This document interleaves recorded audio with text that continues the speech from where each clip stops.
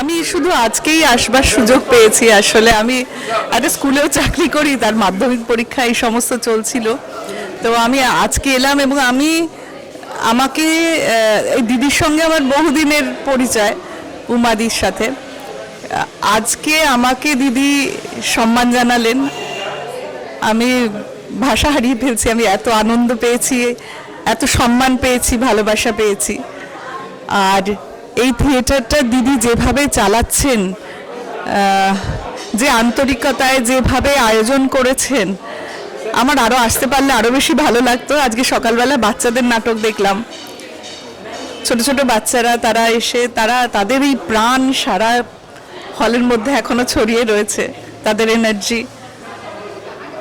আমি সবাইকে বলবো থিয়েটারের পাশে থাকুন। দিদি যেভাবে সামলাচ্ছেন, যেভাবে থিয়েটারটার আয়োজন করছেন, যেভাবে একটা উৎসব করছেন থিয়েটারের, তার পাশে সকলে থাকুন, আমিও থাকবো।